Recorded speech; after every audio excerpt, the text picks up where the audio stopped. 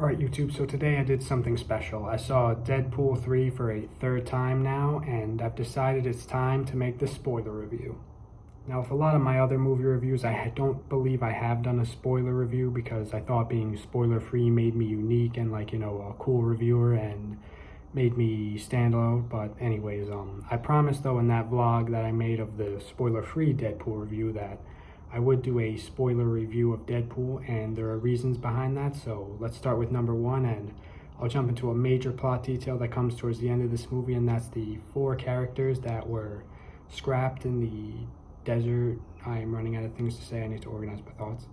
So yeah, those 4 characters that were in the TVA, aka the dungeon kind of area where characters that are scrapped go, and those characters were Elektra, Gambit, Blade, and X-23. I thought those 4 plus Deadpool and Wolverine was a killer team up. I really enjoyed all those characters. I got super excited when I saw Gambit because I do remember the actor Channing Tatum being rumored or at least having a scheduled Gambit movie release, but that never happened until now, of course. But yeah, I was really looking forward to that because I kind of liked the character Gambit from the little bit I followed, but then I forgot about that because I don't think the movie was moving forward. But hopefully we'll see more of Gambit in the future, and I haven't seen the Elektra movie with Jennifer Garner, but I've heard nothing but bad things about it. But maybe it's an underrated movie that I'll have to go back and watch. But her character was definitely very interesting and fun, and Blade, of course, very iconic. I haven't seen his movie yet, but I'm definitely looking forward to it because the concept of Blade's character really interests me.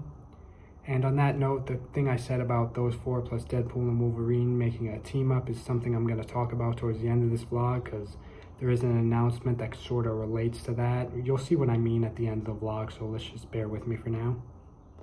But yeah, this movie definitely had a very interesting storyline. I really liked the main villain, Cassandra Nova, who was Charles Xavier's twin sister. I thought she was very interesting character.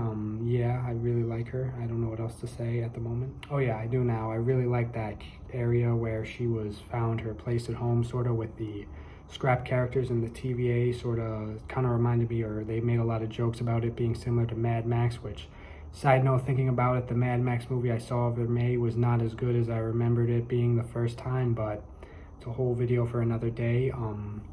But yeah, that was interesting, and Chris Evans coming back, but not as Captain America, as Johnny Flame, kind of took me off guard, but I thought it was cool nonetheless because I haven't seen that Fantastic Four movie, but maybe I'll go back and watch it. And of course, I know Henry Cavill as Wolverine was a short cameo, but definitely a memorable one that was super badass. I love that montage of Deadpool trying to find all the Wolverines, and of course the one he finds is the raging alcoholic, aka the worst Wolverine, but towards the end he definitely gets a good redemption arc and is even deemed the best Wolverine, which I definitely stand by. So yeah, as you can imagine, I mentioned this in my videos I was making hyping up Deadpool and Wolverine and hyping up other movies of the year, that once I watch this movie I'd want to go back and watch other Marvel movies, particularly the Deadpool and Wolverine movies, but now I want to watch even more Marvel movies such as the Blade movie and maybe some of the Fantastic Four or the other MCU movies, because why not? But anyways, coming to the end of the vlog saying that this had a really good story too. Oh yeah, another thing I remember is the 100 Deadpools coming on. That was definitely an interesting thing, and Nicepool was a funny character too. So yeah, that was the spoiler-filled review for now. So let's move on to that announcement I was talking about.